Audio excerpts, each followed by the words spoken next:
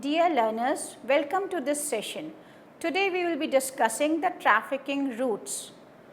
It is very important to understand the source, the destination and the transit in human trafficking cases. So, we will be talking about these in details in this session. Trafficking routes mean as the data regarding trafficking of persons have emerged and being documented, a route has emerged on the world map by connecting the dots that are spread all over. When these dots are linked, a trafficking route emerges which is sometimes one way and sometimes both ways. So, coming and going back. The route further indicates that there is a greater density of the dots in certain specific regions of the world. So, at some places human trafficking is more, in some places human trafficking is less as compared to the other one. So, you have dots on the globe and when you join the dots, then you find the trafficking routes. We see that in certain areas the lines and dots end. So, that is the destination area from where the lines or the dots come out or start. To our understanding, that is a source area. We also find some stopovers or some breakpoints which we call transit areas. So, source area from where you get that person whom you are trafficking. Destination area is the final place where that person will be abused, tortured and kept. And transit is the mid route, the place, suppose you travel from Jharkhand to Delhi, then Jharkhand is your source area, Delhi is your destination area and the entire route in between is your transit area. India as a country is a source, transit and destination area for victims of trafficking. But even then there are certain areas which are prominently source areas as compared to others, while some are prominently destination areas. However, whether the areas are geographically located at different points in the globe, one common thread that binds all these areas is exploitation. So, irrespective of where you are located on the globe, the exploitation is one thing which is common in cases of human trafficking. Exploitation of the victim physically, mentally, emotionally and economically run across these areas. India is an origin, transit and destination country for men, women and children trafficked for the purpose of forced labor and commercial sexual exploitation. The United Nations Population Fund has published a report named as the State of the World Population in 2006, which says India is at peculiar position because it is among the few countries having high origin, destination as well as transit points in trafficking. When it comes to trafficking for organ transplantation, the country is a source and destination for such victims. India is a transit country for children trafficked from a country like Bangladesh for camel jockeying in Arab countries. But with respect to trafficking which takes place within the national boundary of India, there are many areas which are source, transit and destination areas either separately or all three. This was a 2006 report and now we have a global trafficking network. A network which can be accessed on the social platform, a network which can be accessed sitting in this room. So, the dimensions have changed, the source, transit and destination areas in terms of different crimes have also changed. The nature and the character of the source area keeps changing over a period of time. Very important concept to be understood. Some common characteristics of source area are poor economic conditions, drought prone or flood affected, or areas or with recurrent disasters, area with an ongoing conflict. So, the conflict in that area continues. So, in cases of disturbed areas, you find cases of trafficking because people do not have access to the infrastructure, to the natural resources and to development opportunities. So, they are vulnerable in the hands of the traffickers. Political and economic stability is also a characteristics of the source area. High rate of migration. You know, when you migrate from one place to another, you become vulnerable. High rate of violence and discrimination against women and children. Unemployment. Lack of availability of resources. Lack of availability of the infrastructure. Lack of implementation of the programs and policies, lack of education, inequalities, discrimination. We have discussed these in details when we were talking about the causes and types of human trafficking. Lack of political will, lack of coordination between the stakeholders, lack of information and awareness, lack of connectivity. Problems of not being heard and being discriminated.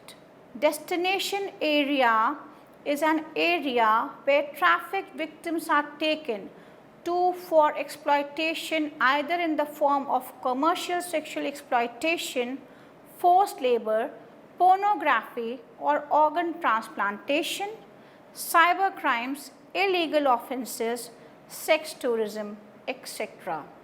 Generally, it is an area which is remote from the source area, but not necessarily outside the state or the country. Most of the destination areas are located within the same state boundary, a very important concept to understand. It is not that every time you have to cross the borders. Many a times destination area is also the same place. People who are bonded laborers, who are in domestic servitude, many a time stay in the same place. People who give their organs, people who give their bloods do not have to move from that area. They stay in the area. Prostitution, the brothels being worked in. Sometimes the brothels are places of small children also who are staying with their parents. So, suppose your mother is staying in the brothel or a place where prostitution is carried on, then you being a child will stay with your mother and will be very vulnerable to further abuse by the trafficker. Trafficking is more an intrastate or intra-country phenomenon rather than an interstate and inter-country activity. For instance, of all women and girls trafficked from the state of Andhra Pradesh for commercial exploitation, more than 3/4, 85.1% were trafficked within the state.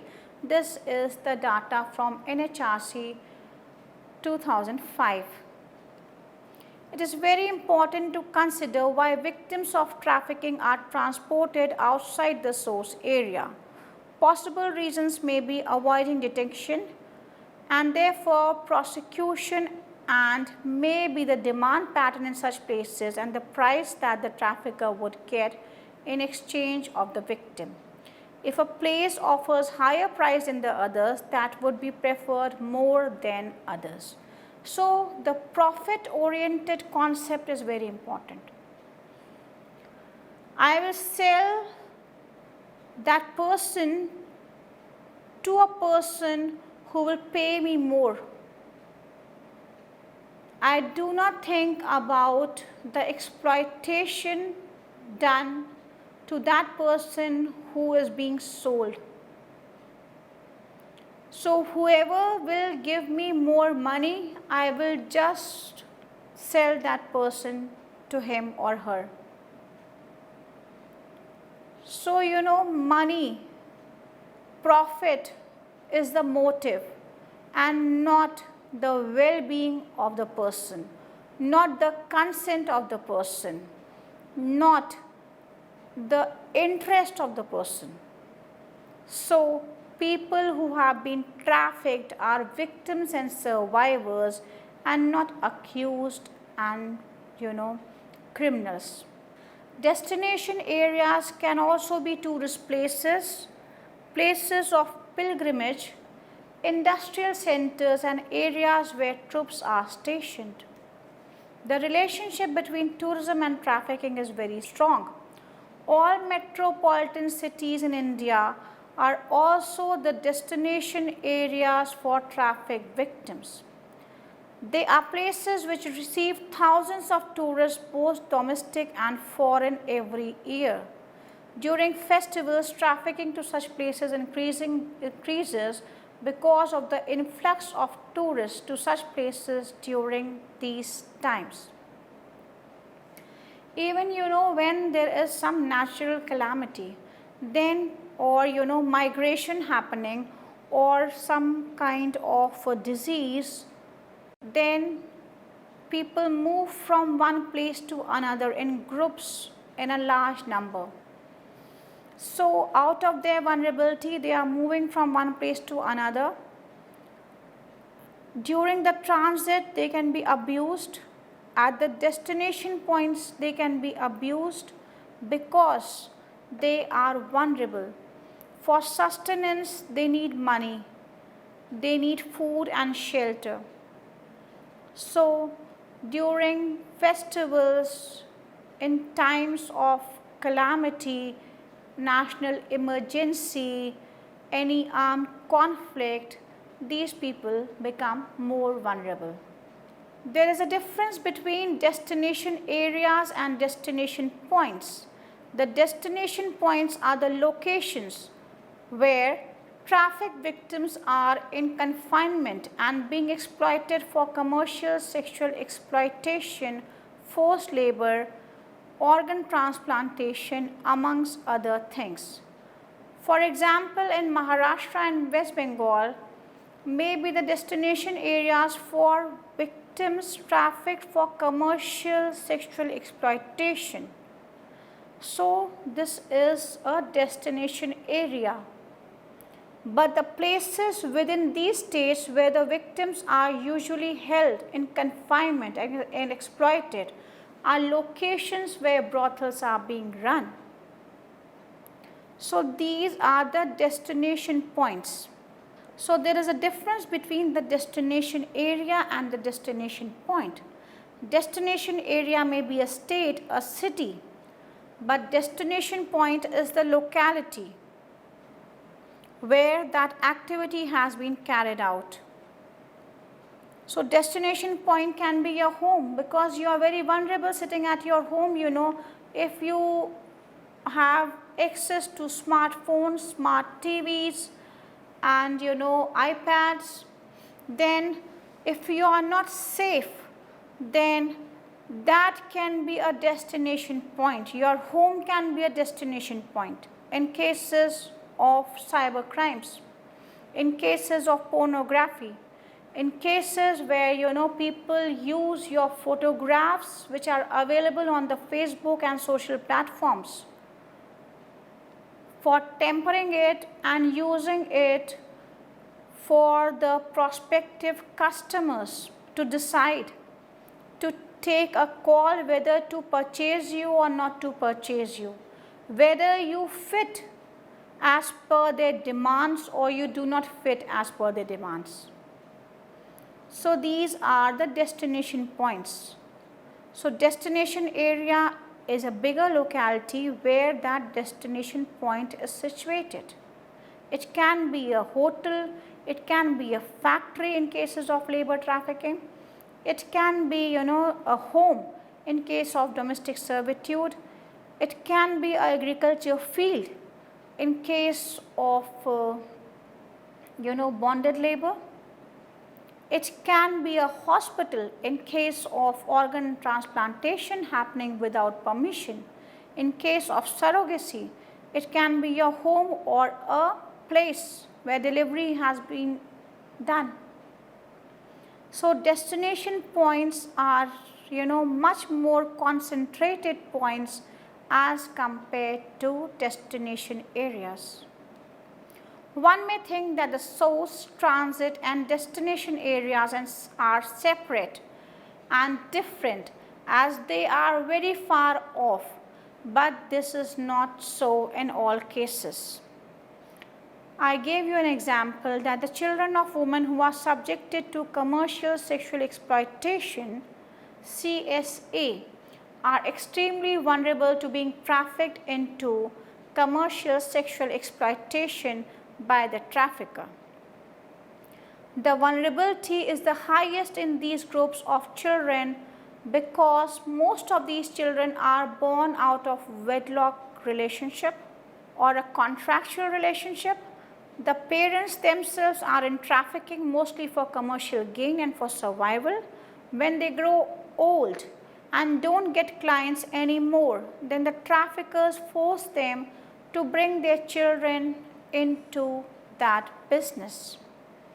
They lack care and attention, they are uneducated, they are unaware about their legal rights, they have fear in their minds of the trafficker, they lack education and opportunities to grow and develop and even to run out of that place. For if for 30 years, 20 years you have been exploited, then you give up. They are deprived of livelihood options and they are denied their basic rights such as right to live, right to freedom, right against exploitation and right to legal redressal of grievances. They become unprotected when their mothers become infirm because of certain diseases like AIDS or die due to the disease or sometimes desert them.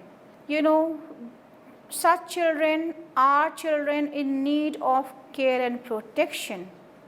But if the implementation machinery is not working properly, then children are left for the violators of rights to abuse them and to take them to their advantage. In the cases of children born in brothels and who are pulled into CSE, there may be an overlap of the source and destination points.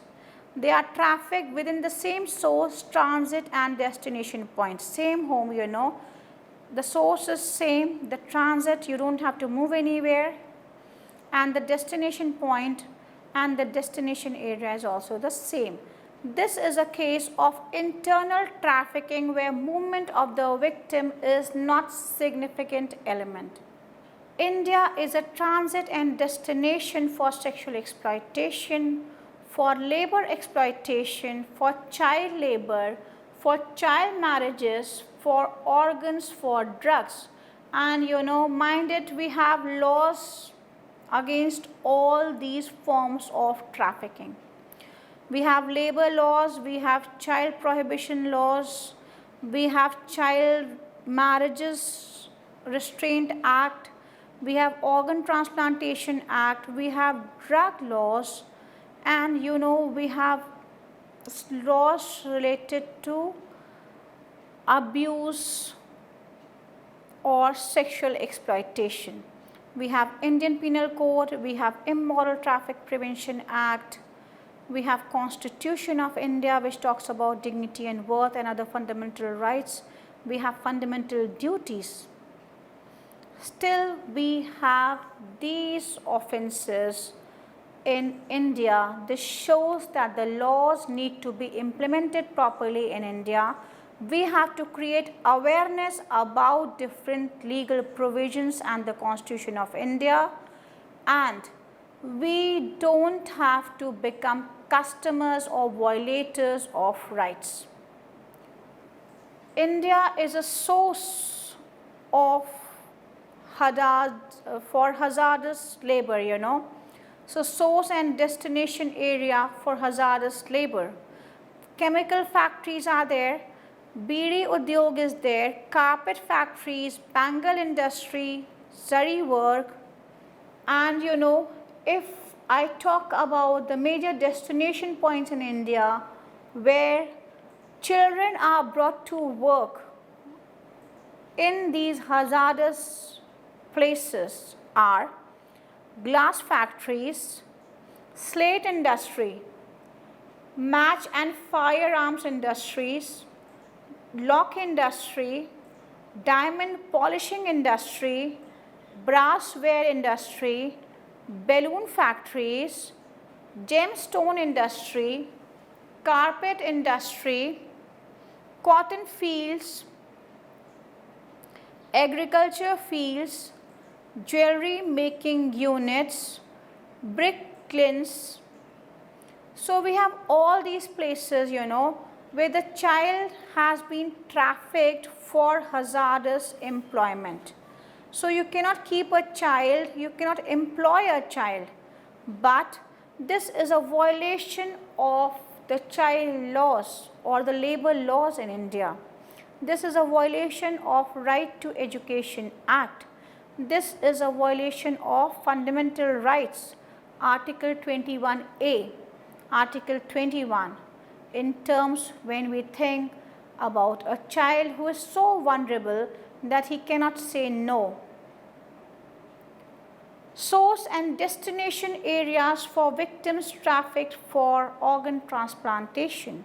The source areas are the ones with high level of poverty and high rate of unemployment. These are the areas from where the youth migrate to cities and urban areas in a larger numbers because the infrastructure, the job opportunities, the lifestyle is not available in the villages in the district. When they reach such areas, they are lured by the trafficker with huge amount of money to spare one kidney and other parts with promise of post-transplantation care and treatment. The vulnerability of the person forces him to agree to the trafficker and go for operation in the name of organ donation. So this talks about the issues regarding implementation of Organ Transplantation Act in India. Lack of post-operative care sometimes leads to the death of the donor, and sometimes the donor is not able to work throughout life, making him more vulnerable to the situation. There is a demand for the organ and supply of organs. So as if human beings are commodities. Human beings do not have any rights. So out of your vulnerability, I can just use your organ. So one person has a demand for an organ, one person is supplying the organ, and who is suffering in between? The person who is giving that organ, the donor, is suffering because he is unaware of the fact that he will not be able to take care of himself after the operation. He is not able to understand the issues related to organ transplantation. He is not able to visualize whether he will be able to afford 2 times meal after the operation or not. He is not able to understand whether he will be able to take post-operative care, which is mandated in cases of organ transplantation cases.